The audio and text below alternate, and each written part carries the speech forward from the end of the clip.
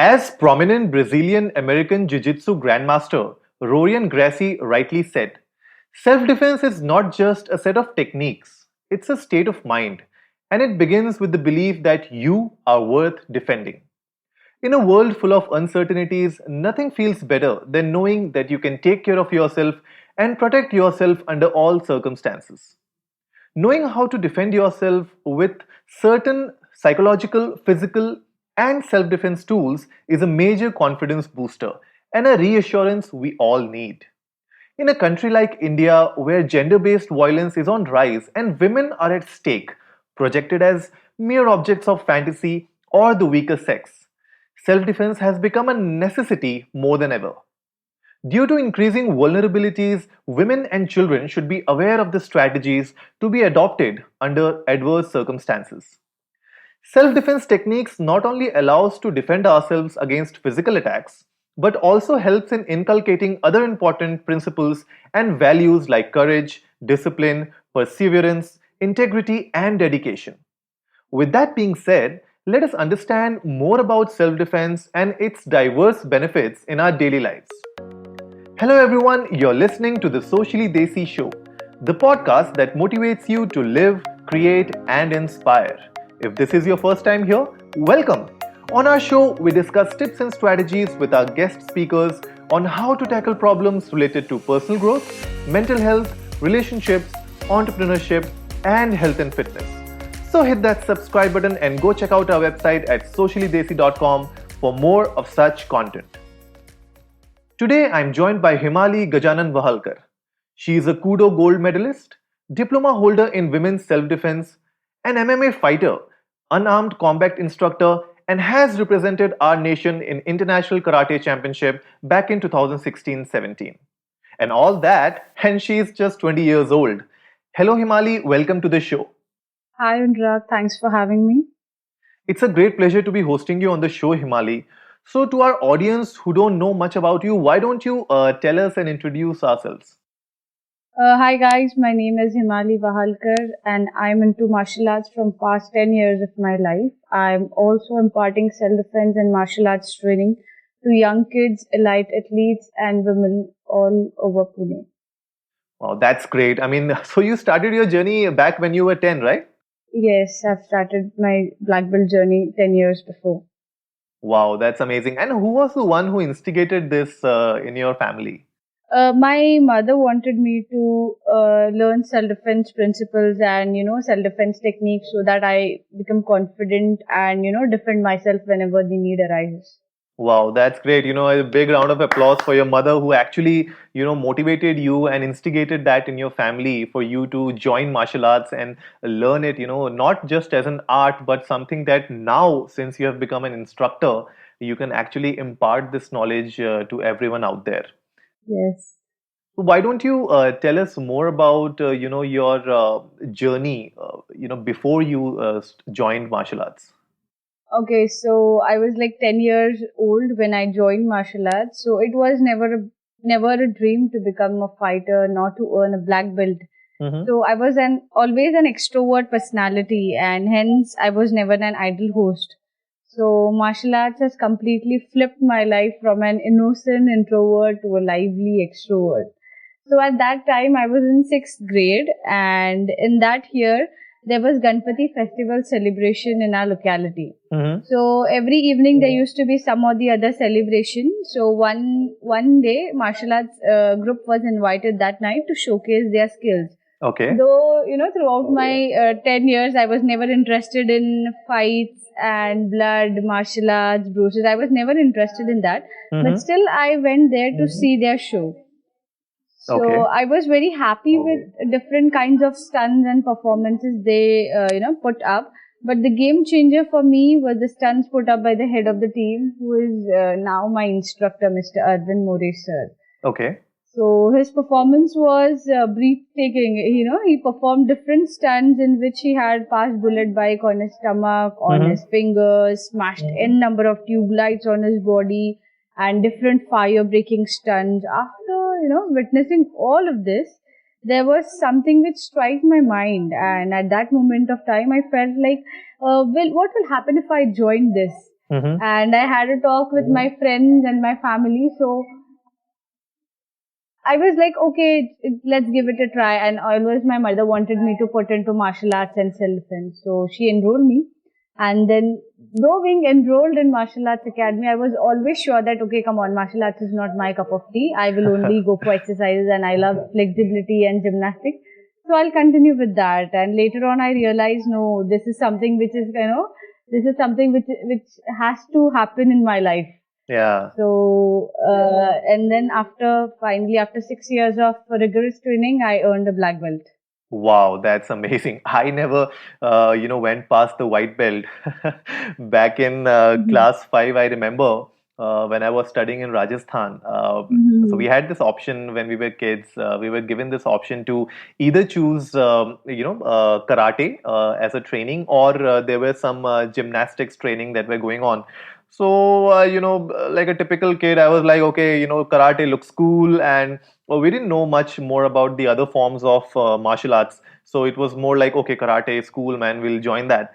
And we joined karate. We did it for a few months, but then I never gave the exam, never like went past the white belt. But it was cool. I mean, the experience, I guess, by learning these kind of activities, just being a part of this, I believe changes a lot in your mindset. And like you said, from Yes, being an introvert to becoming an extrovert and now becoming a coach, I guess the journey would have been phenomenal. yes, it has been. It has. There are a lot of ups and downs because I was never a socially active person or to interact with people. So through fights and that different trainings, I have learned a lot and I've changed myself a lot through this. Definitely, we can see that. And you also hold a world record India, right? So why don't you tell us Yes. more about that experience? So, being a world record India holder is one of the finest achievements in my life. So, the record was all about 30 minutes of non-stop punches, and it was a team Wow. record. Mm-hmm. So, from all over India, 381 participants had participated. Okay. So, each one of them had to punch for continuous 30 minutes, and the count of each student or each participant who participated in this record was 1310, and the total count, the team count of the record was 4,99,110. Wow. So Okay. this was the total count of straight punches which we have achieved after 30 minutes of continuous punching. These punches, are these air punches or you're punching some object or something? No, no, no. These were air punches. Okay. Wow. So you have to stand in a stance and you have to keep continuously straight punching for next 30 minutes. Wow. Amazing. So, yes, like I would like to share one, a small incident and a Mm-hmm. small, I would say, a proud moment for me that from all over India there were 381 participants participated but from my academy there were 65 participants, Okay. including our instructor. So usually the academy instructors, trainers, and seniors hold the records. Guinness, whether it is a Guinness record or India record. But in our academy, we make sure that our students also participate in the team records. And they achieve an identity as a record holder in early stage of their sports life. Wow, that's amazing. I mean, the kind of opportunity I believe the institutes they give to their students is immense, and it's really helpful for their career. Not just being into martial arts, but I guess in the society as well. When you get these kind of opportunities, it means a lot. Yes, it means a lot because this is an identity for what you're doing. True, true. And it shapes up your mind, and like you said, the identity matters, and especially when you are young and you want to accomplish a lot of things, and when you get these kind of opportunities, I guess that's a big thumbs up, to all the institutes, for all the instructors who are helping their children, who are helping their so what do you call them? So they are your senseis. No, I am their sensei. No, So like yeah, yeah. they are my I students. mean, your instructor would be your sensei, right? Yes. Okay, okay. And what are the disciples called? What are they called? They are called as students, just normal students. Okay. Cool. And you also, represented our nation in the International Karate Championship back in 2016-17. Yes. Please tell us about that experience. So I have represented India two times Mm-hmm. internationally. Once in 2017 in International Karate Championship, Okay. which was held in Nepal. I had participated in two events. One was the katas and kumite. So kumite is basically fights, and katas is a four direction imaginary fight which you have to perform individually and also in group. All right. So I bagged bronze medal in both the events. Wow. Nice. And yes, the second time which I represented was in 11th Akshay Kumar International Kudo Tournament, which happened in 2019. Okay. And this was one of the most, amazing experience for me because it was my first international Kudo tournament. And the second thing was that I was felicitated by Akshay Kumar sir, Mm-hmm. Shihan Akshay Kumar, for achieving gold. Wow, that's great. That's great. And yes. So where was this competition? This was in Gujarat itself. Okay. All right. So, as you said, there are different styles in martial arts. You always, formally wanted to join karate in Yeah. your school days, something. So, there is a difference. Like, in 2017, when I represented in karate, and 2019, I represented in kudo. Okay. So karate is a kind of sport which includes, attacks and returns, and it is a semi-contact game. Okay. But you're not supposed to actually injure the opponent in that fight. But on the opposite hand, kudo is an aggressive and impactful game. Okay. So which includes grabbing, throws, submission, chokes, and headbutts. So from shifting from one discipline to another, it was challenging and a stepping stone for me. Wow, that's amazing. I mean, I didn't know this difference, so thanks for telling me. And I'm sure a lot of us, would be glad that you're here and we are talking more about your career. And moreover, you also hold a diploma in women's self-defense. And today's episode is all about, talking about women's self-defense and how children can adopt self-defense in their daily lives. So, what was the inspiration that got into you teaching them self-defense? So I started teaching after becoming a black belt. So Mm-hmm. initially, for the first 2 years after becoming black belt, I started teaching in my own institute. Okay. From where I have become a black belt. So after teaching 2 years over there, I then started teaching in different branches. Mm-hmm.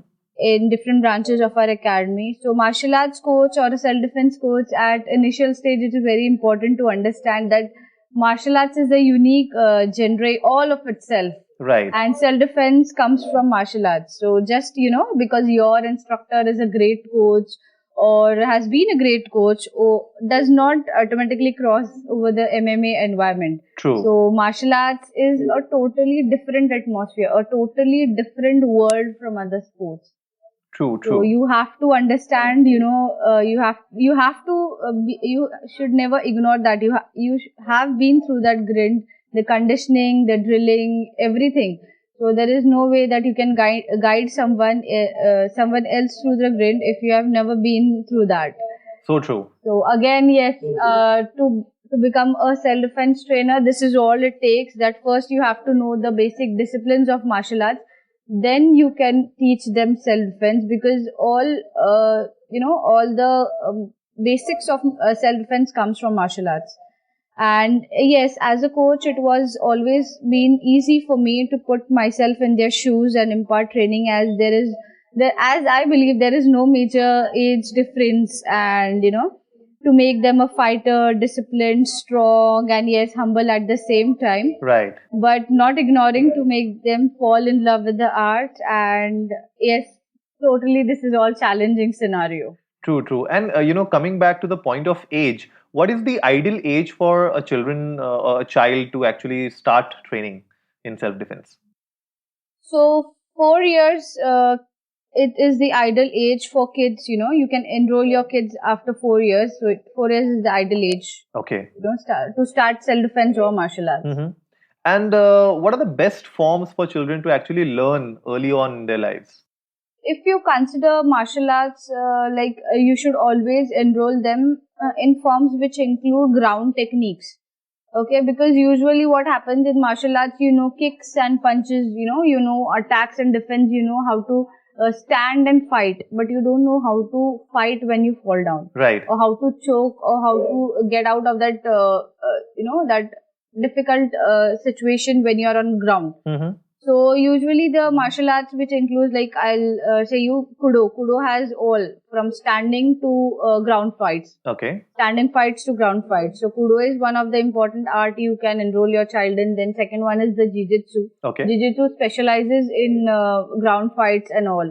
Mm-hmm. Then next Judo. So these are a few arts which you can enroll your kid in. But yes, again, mixed martial arts is the best thing. Perfect, perfect. So you're saying first option they can go for Kudo. Next is they can Yes. enroll for Jiu-Jitsu if that's available in your neighborhood.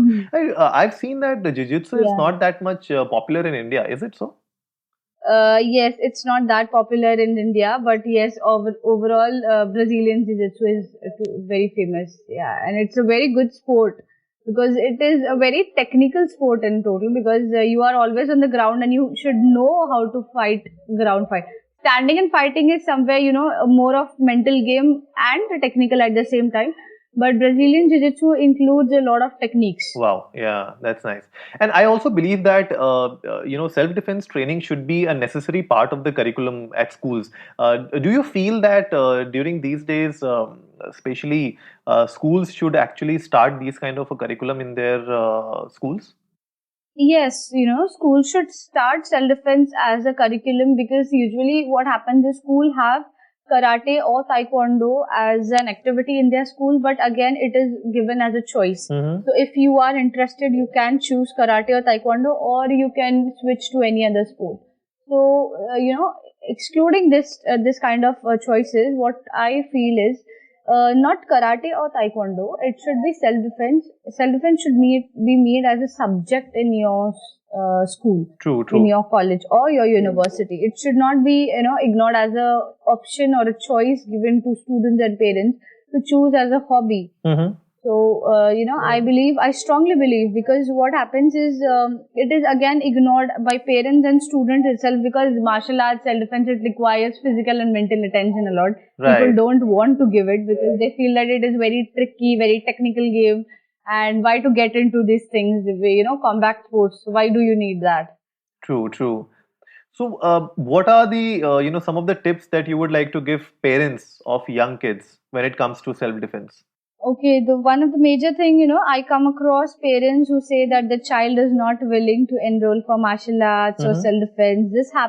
Why this happens? This happens because we treat self-defense as a hobby, which somewhere subsequent the importance of self-defense in a child's mind. Like, for example, if we consider education, every child has already prepared his mind that no matter what, we have to attend school or study. And why children are regular in the academics, right? Right.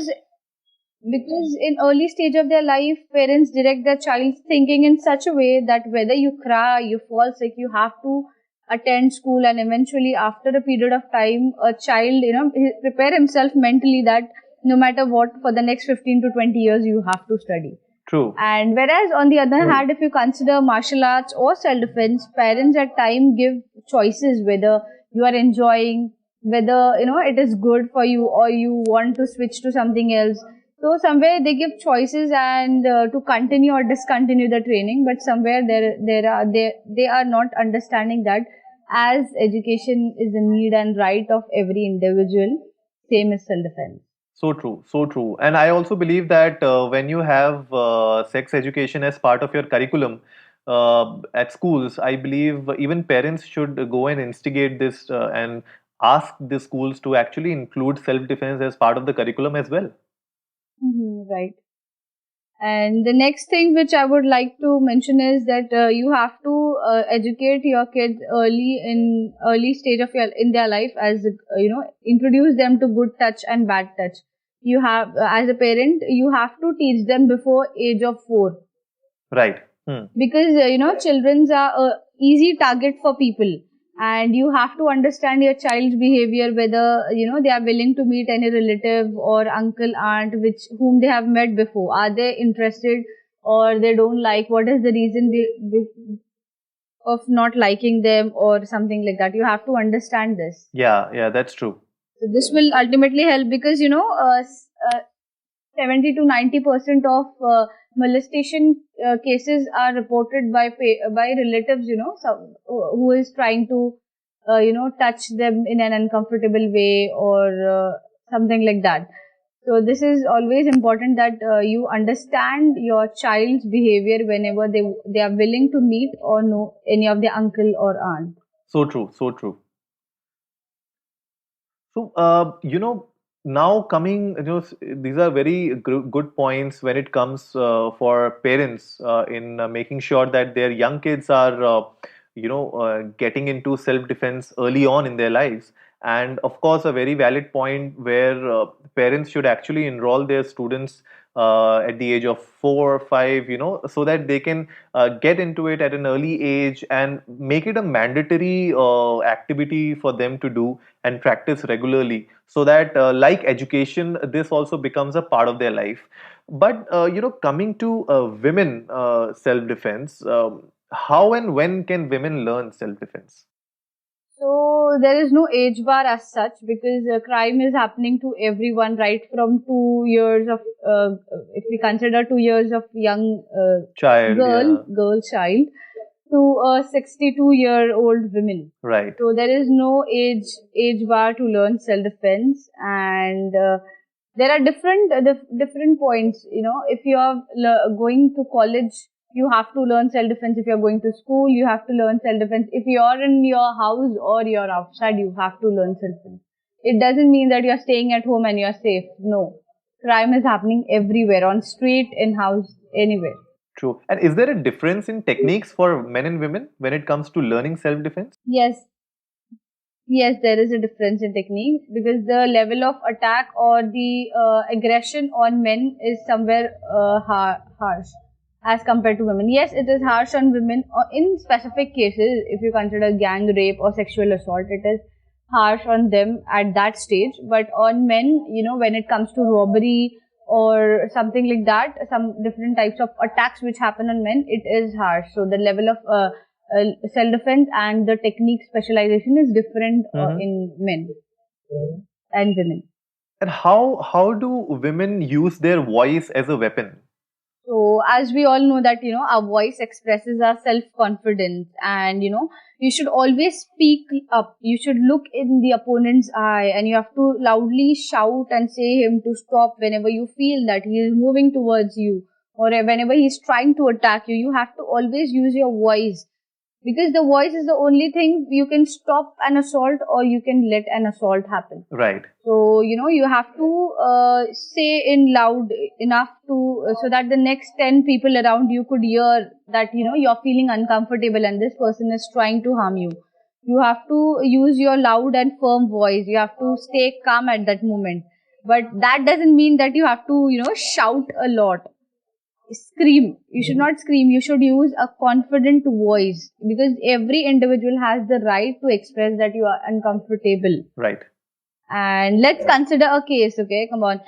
In case you're crossing a deserted street, and someone tries to approach you and is not ready to back off, even if you are saying, like, you're saying him to stop, to back off, to leave you alone, and he's still following you. That uncomfortable, and he's trying then to touch you in an uncomfortable way. So and what happens is, you cannot ask for help, because it is a deserted street, no one is close to you. Right. So that they can come and help you. What you can do is, if you're trying to get closer, if he's trying to get closer to you, trying to put his arm around you or on your shoulder, you can hit him on his groin, so that he can, feel unconscious and feel that pain and come on his knees for some time.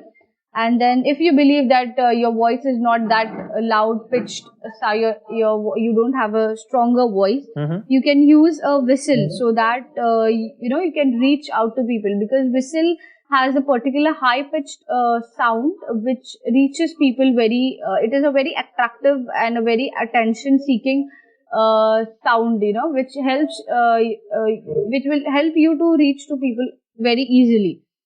And in that part of time, as you're whistling and as you're running, you can contact the police or you can ask for help. True, true. So this whistle is one of the important tool. You can replace it with your sound if you don't have a good voice to be used as a weapon. You can use a whistle. So whistle is one thing, one self-defense weapon which you can always carry with you. Oh, that is rightly said, that in case you are not that confident enough and you feel that your voice may not be heard by other people, whistle is actually a great tool that every woman should actually carry in their purse, in their pocket, wherever they can, so that at least, you can avoid these kind of circumstances. And somewhere down the line, if you have a whistle in your pocket or maybe like a SOS app on your phone, Yes, exactly. at least you will have that confidence, at the back of your mind you will be confident enough and you will be assured that okay, by chance if there is a case where I'm feeling uncomfortable and if I feel that I'm not safe, then at least I have something that I can use. Apart from my physical strength, these are some of the tools that can actually help me get out of that situation. So I mean, great information there, Himali. Why don't you give us a quick tip for young women when it comes to self defense? Okay, so what happens with us is we carry some weapons kind of, yes, and we have to carry some, if you can say, pair of scissors or a pointed sharp clip, Mm-hmm. or you can say knife or blade, cutter, something which you carry for your self defense. Yeah. But let's imagine a situation. Okay, come on, Anurag, you're carrying pepper spray, you're carrying a knife or a pair of scissors for your safety. And what happens if someone attacks you and you feel unconscious to even open your bag, remove the weapon or remove the spray from your bag and use it? True. What will happen if you're not able to apply this all? Hmm. Very difficult. So I mean, what comes in action? Yes, because these are the only things you are accessible to at that point of time. You have a pepper spray, but it is in your bag, and you feel unconscious, or you don't have that time, or you continuously keep on you are freezed at that point of time when someone is attacking you. True.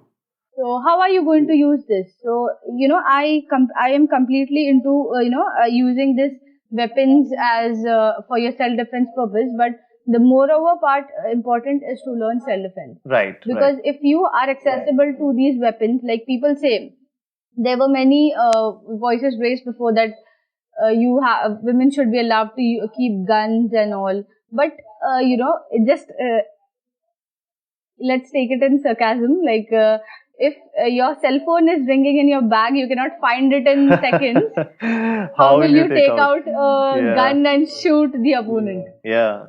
I mean, instead of that gun being a tool, it can actually help the attacker. He might snatch that gun away from you and, he can use that Yes, gun and he can against you. apply it on you also. Right, right. That is so true. Because because then what comes in action is self defense. No Yeah. matter how well equipped you are with safety equipment, but it is very important, because come on, if you're trying to attack the opponent with a knife because he has attacked on you, what happens if that knife falls off? True. What are you going to do at that point of time? You should know the self defense. Right. Because irrespective of being equipped, you should know how to defend yourself without unarmed. Right, true, true. So unarmed defense is also really important.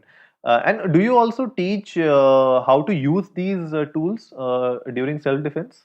Yes, we teach them, because what happens is there are different cases with women come up.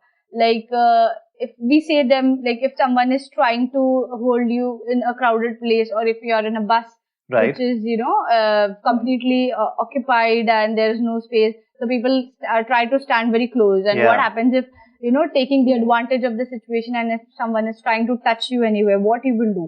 So we teach them. You can just use you can use a pen to poke them or injure them, so that you can understand what they're doing is wrong. Right. After that, you can take an action on that person. Right, right, true. So these are the small things we teach them, that if someone is trying to use a knife, how to defend the knife and how to save yourself from that knife first, and then injure the opponent. Because whenever an opponent is using a weapon, the situation is very tough to defend. That is so So true. through self-defense training, we make them confidence that even if he is using a gun or a knife, you should know how to defend yourself. We actually practice them on them. We actually practice these steps on them so that they can understand the level of intensity of this training. And I believe, apart from these self-defense trainings and using different sort of tools, I believe, awareness is also important, your environmental awareness. And, whenever you're walking somewhere, what do you think about, being aware of your surroundings? Yes, it is. Because this is the first step which you stop an assault happening. Mm-hmm. If I have earphones plugged in and I'm just walking randomly on an unknown street, Mm-hmm. I am an easy target for the attacker, right? Because I am not aware. I am not being active. So whenever you're doing, or if you're walking through this unknown area or something unknown locality, you should always make sure you are aware. You are watching here and there. Watching here and there, right and left. That doesn't mean after 2 minutes you look towards your right. After 2 minutes you look towards your left. It's not that. Every 2-3 seconds you should continuously turn. You should look up, down, right, left, back. You should always keep on being active so that the attacker gets confused. If he wants to attack, he True. should be confused that from which side should I attack. And this is ultimately going to help you, because if someone is trying to come close to you, you are aware that this person is approaching me. He's coming close to me as soon as I'm walking, or he's coming close to me in the same direction I'm walking. So this will help you ultimately to prepare for the action. So Right, if you right. are understanding someone is following me, after every 2 seconds, 3 seconds, if you are continuously looking back and if he's following you, he somewhere gets scared. His self confidence decreases. He is, scared of attacking you because he knows that you're aware. You can defend those attacks. You can injure him. True, So true. your self awareness is very important. Like if you're going in any unknown area through a cab or a car, you should make sure that you are always pretending to talk with another person on cell phone so that he's aware. Right. So if he's trying to take you to an unknown place or is trying to injure you, or sorry, attack on you in cab or rickshaw, he will always make sure that this girl is talking on someone. She can update and anyone, and this can create a problem for me. True, So true. whether your phone is switched off, you should always pretend to talk. Or you Yeah. can also talk actually with your loved ones or your near ones so that you can update them with every place you go or every place you visit. Yeah, that is true. I mean, because I remember a few years back when there were a few molestation cases with Uber and Ola, they actually introduced this feature on their app wherein you can inform somebody in your family or your friend circle that you have taken an Uber and you are going, so that route of your travel will be displayed on the other person's mobile app. So, these kind of features and, apps and other tools are available. And of course, it plays like it's a mind game at the end of the day, because your attacker, like you said, he is focused on you. He wants to attack you, right? And at the end of the day, if you play that kind of a mind game wherein you confuse the attacker and you make sure that the attacker somewhere is reminded that, oh, this girl is really aware of the surrounding. Oh, this girl is already talking to somebody on the call. Should I do this? Should I do that? So it's always better to prevent an attack rather than the react to an attack. Exactly, true said, Anurag. So what are some of the simple de-escalation techniques that somebody can practice in order to avoid some situations? So the simple, like in self-defense program, we include training right from your wrist catches. Okay, the wrist catch is one of the most common and a simple kind of attack which happens to a girl. Okay. And the next one is the choke from backside, then shoulder catch from front side, backside. Next, using weapons from backside, front side. One more is using a stole or a dupatta, because Mm-hmm. this can usually people use to attack on girls. Right. They used to cover their mouth so that they cannot shout. Yeah. So this also we teach in self defense, that what if someone uses your dupatta to cover your mouth and attack you? Mm-hmm. So you have to, defend from that attack and how you can release and hit the opponent. So what happens? Come on, let's imagine a situation. If someone has attacked you from backside, okay, attacked you from backside, that means someone has choked you from backside. What will happen? Come on, what you'll do, Anurag, if someone chokes you from backside? Okay. I don't know. I'll try to catch his hands. That's the first thing that came up to my mind. If somebody chokes me from behind, maybe I'll try to grab his hand. Okay, what happens is if you're choked from backside, the first thing you feel unconscious because you're not breathing. Right. Your breathing tries to reduce. You cannot breathe and you fall unconscious, and it takes only 6 seconds to make you unconscious for a choke. Okay. So first thing what you have to do is you have to release the grip of the opponent. Right. By making a gap between his hand and your neck, so that you can breathe and you can move forward it. Making a gap doesn't mean that you are pulling his hand. If you're doing that, what will happen? That attacker will be more aggressive. Right. And he'll hold his grip more tight so that you don't move. Right. And you become an easy target, and his attack can become a success. So you have to calmly, try to release, not release, try to make a gap. In that situation, what you can do is you can either use your leg to hit a kick on his thigh, knee or groin, or you can use your elbow to hit him on his lower rib, or you can even, bend down and use his leg to raise it up so that you can, make him fall backwards. Okay. So these are the simple steps which we teach them in martial arts. In the de-escalation techniques. And the next intense is like what happens if someone is on you or you are already fallen on ground in this attacking state or in attack defense fight movement. It's what happens if someone, you're fallen down and someone is all upon you. Right. So what you can do, how to use he's catching your hands, then what you will do, he's trying to come upon you, how to use your legs to push him back, to release, throw him back from his neck and shoulder, how to use your legs if your hands are engaged. So this is all we teach in self-defense, and it is very important because what happens is they usually use weapons, and what happens if someone, at the level of intensity of attack is different in weapons and without weapons, with weapons and without weapons. Right. If we see weapons, first of all, we are scared and we try to give up very easily.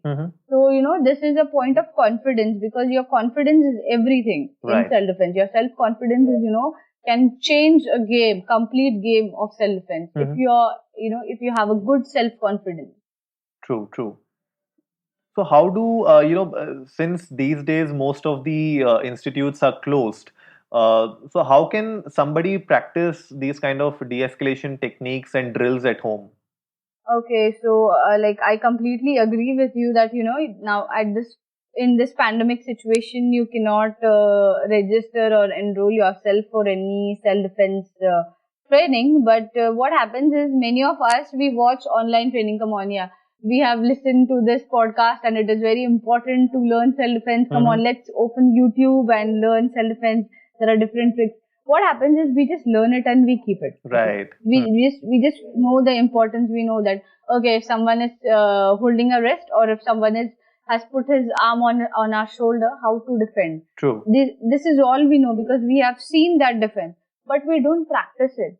This is very important to practice. If you are seeing something, you have to practice it, whether it is home or whether it is any self-defense class. So at home, you can use your friend or your brother or your father or your husband, your partner to help you to learn self-defense. Because yes, in your partner or your training, whoever you're using them for this purpose, you have to make sure that they are very humble and very close to you, because self-defense is all about close game. True. Okay, so the importance should not be misused. So, this is the way you can practice, we can say it was virtual training, virtual self-defense training at home. Right. After watching a video, or because this will help you to, actually feel what the opponent is holding. What is the opponent's grip when he holds your hand, or when he chokes your neck, or he's holding you from backside. What sort of feeling you get, or how the way you're freezed. No, rightly said, and I was looking at a few of your Instagram stories where you were, teaching some of the kids online through a webinar. So I believe, this is the right time where people are at home and you can actually practice this with your loved ones, and you can also enroll for online trainings with, different teachers. You can also enroll yourself with Himali as well. She has her own Instagram channel. We would definitely link that up on our website as well as on the show notes of the podcast. So if you guys feel like, you can definitely reach out to Himali, and she will love to help you out and help you through the journey of self defense. Again, coming back to the point where we were discussing about how important is self confidence when it comes to women's self defense. So, what do you think? How can one develop self defense, and what's the self defense formula here? Self confidence, like, okay, so one of the critical factor, to contribute to a successful self defense application is self confidence. Right. With confidence, you can learn new skills, you can defend an opponent, you can reach your goal despite terrible adversity. You can continue. Self confidence is that fuel that allows you to continue regardless of what struggles may lay in front of you, or what struggles you have to lay ahead in your life. True. So building self-confidence is not just a matter of positive thinking. You have to actually build self-confidence. Because if you think that, okay, I've seen this video, I've practiced this step, okay, come on, I'm confident enough to defend any opponent. No, this will not happen. You have to actually build self-confidence. So self-confidence of general and specific types. So the general self-confidence is more of a personality trait, okay? So it is like how you behave, and what is your behavior, what is your personality across areas in your life. Like let's imagine a situation like I'm walking on street and I'm very shy, I'm very nervous, I'm tense, I'm in some stress. So what will happen, I'm showing like in an unknown street, what will happen if there is someone who's going to attack me, or if someone is trying to tease me, what will happen, he'll be more confident because he already knows that I'm not in a mental situation, my self confidence is low, and my personality is not that good that I can shout and stop him. Right. So your personality trait, that is your general self-confidence, matters a lot. And the second thing which is very important is your specific self-confidence. So specific self-confidence is basically more of a state of mind, your mind state. It is all related to your knowledge about a particular area. Right. So specific self-confidence you develop through training. So you cannot just talk about yourself and have more confidence with affirmations and positive thinking. But you have to, while developing self-confidence, you have to put in your knowledge, your practice, so that you can stay calm at any situation, and you know what is the defense which is required to do whenever there is a specific attack happening on you. Right. So come on, if someone is holding my neck in front side, I'm just not going to pull his hand out and I'm trying to shout, leave me. If this happens, that is like you lack specific self-confidence. That is, yet you lack that specific knowledge related to that technique. Right. Now, come on, if someone is holding my neck on front side, I'm trying to release that, what will happen? He will increase his grip and aggression of that attack more on me. Because he knows that that I am trying to defend myself. So in that situation, what you can do, you can hit him somewhere else, like on groin or on stomach, or you can, gaze his eyes out. So this is all you can do. Like you can hit him on some different part, so that his concentration from your neck goes to somewhere else, like wherever he is injured, Right. and you can you can come out of that situation. So that is where your specific self confidence comes into application, and to build this whole, that is your specific and general confidence. The formula is, first you have to expand your knowledge in any subject, take actions to improve that skill, and then finally you must build experience and recognize your success, or your success in this self defense program. True. So it is very important to expand your knowledge in self defense and practice on a continuous basis, so that you be self confident in specific areas and defend yourself accurately at situations or circumstances which Right. may or may not take place in your life ahead. So, this example that you gave, wherein, if somebody catches you from front and tries to choke you from front, how do you stay calm in that particular situation? Yes, again, the same thing. To stay calm comes from self-confidence, Mm-hmm. having the self-belief that you can defend yourself from that opponent's trap. Mm-hmm. So if I have confidence that okay, come on, whatever happened, if someone hits me, whether with a knife, is trying to injure me with a knife, or is trying to use a stick against me, I know I can defend that. That is the important part which helps you to stay calm. Right. Because if come on, if I'm not equipped with the right level of knowledge in self-defense, what will happen is I'm not prepared. Okay, come on, I can see a person coming holding a bottle in his hand and is trying to attack me with, is trying to acid attack on me. So, you should know what kind of defense you need. You should know how to move swiftly in different directions and seek for help or approach in a place where he cannot come. So that is the level of calmness you require, so that what happens, usually people come and, they learn self-confidence and, self-defense. They learn self-defense, and what happens when the time of application it comes, they are not able to apply because they are not experienced with what happens when you are attacked from with different attacks.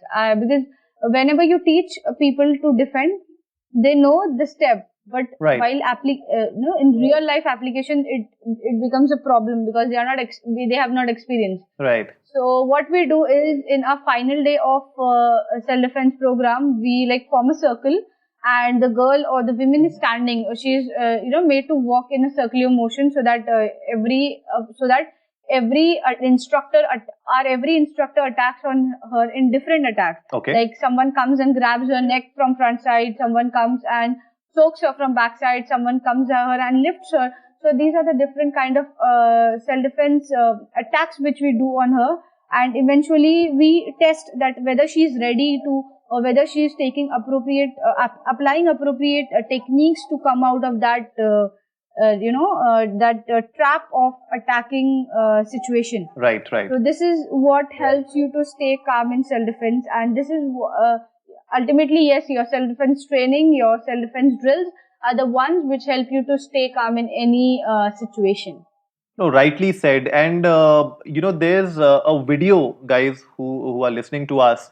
There is an Instagram video which Himali has released, and you can go and check it out after the episode on her Instagram page, where she has gone around and showcased a few steps on how to set boundaries and how to stop an attack. And this video is already live on her channel. So, Himali, why don't you tell us more about that video and what you have shown in that video? Okay, the video is a kind of introduction of importance of self-defense, and it is all about to set boundaries. Like you have to what are boundaries? Boundaries are like you have to stop an opponent before he approaches you. If you know that someone is coming closer to you, you should know how to stop him before he applies his intentions on you. Right. Like if he tries to attack you in a specific way, or harm you in specific way. So it is all about how to defend yourself, and how to set a boundary before an attacker, so that he doesn't enter your personal space. So this is like more of awareness and application of steps and setting boundaries, so that you stop an assault before it happens. True, true. I mean, that's a very informative video, guys. You should definitely check it out. And we would also love to see you guys practicing those steps in your own videos. You can actually make videos and share it on Instagram, tag Himali, tag Socially Desi. And I guess, we would love to see that. And what we can also do is like Himali can actually help you out, when you are, presenting these videos to us. Himali can actually help you in understand, making you understand what you are doing right and what you are doing wrong. And maybe she can, be a great help there, right? Yes, of course, I would love to do that, Anurag. Yeah. So before we close down on the episode, just a quick one that we wanted to talk about is how to raise awareness about self-defense in our society, and especially during these times when a lot of crime is on the rise. We have seen domestic violence also on the rise.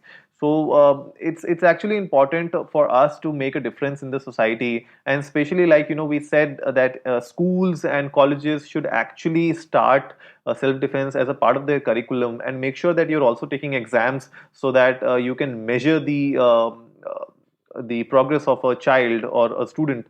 What do you think, Himali? What can we do to make a difference in the society? Okay, so as we know that in different clubs and different societies, there is everywhere, like there are different classes going on. Mm-hmm. So along with those classes, there should be an compulsion of self-defense training so that people can, be easily accessible to it. People don't have to go and search outside. It may or may not be, available. That sources may or may not be available near to you. So you have to be, there should be an starting of different self-defense institute in different societies. It should be like, there should be self-defense institute very close. Okay. So that people are easily accessible and they don't give reasons that, okay, come on, it is too far, we Right. cannot come, or something like that. So self-defense, all societies and all the clubs should make sure that they have self-defense initiative happening in their society. And people are taking benefit of that equally. Next is the having weekend self-defense programs. Mm-hmm. So that people can attend it regularly and enroll themselves. And third one is conducting free seminars. Yeah. Because not everyone, can put in that financial effort to learn self-defense, because we cannot, imagine that. So self-defense should be a free training seminar for all. Mm-hmm. Yeah, I mean that's a great point and a valid point, because you have a lot of, like, all these RWAs have community halls in their sectors.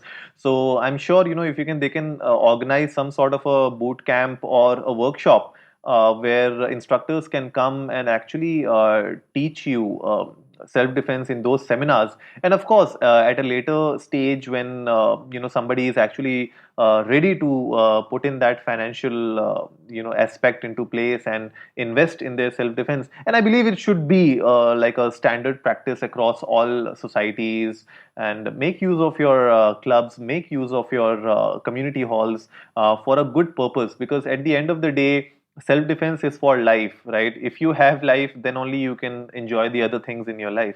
So it's important that we spend time on ourselves and educate ourselves, and at the end of the day, it's all about protecting our own lives. So that's all we have for the show today, folks. Thank you, Himali, for coming on the show and discussing a lot about self-defense and making us aware of the real life situations that happen in our lives. Thanks for having me, Anurag. It was great to be here, and I hope this podcast reaches maximum number of people so that we can become strong in self-defense and defend ourselves whenever the need arises.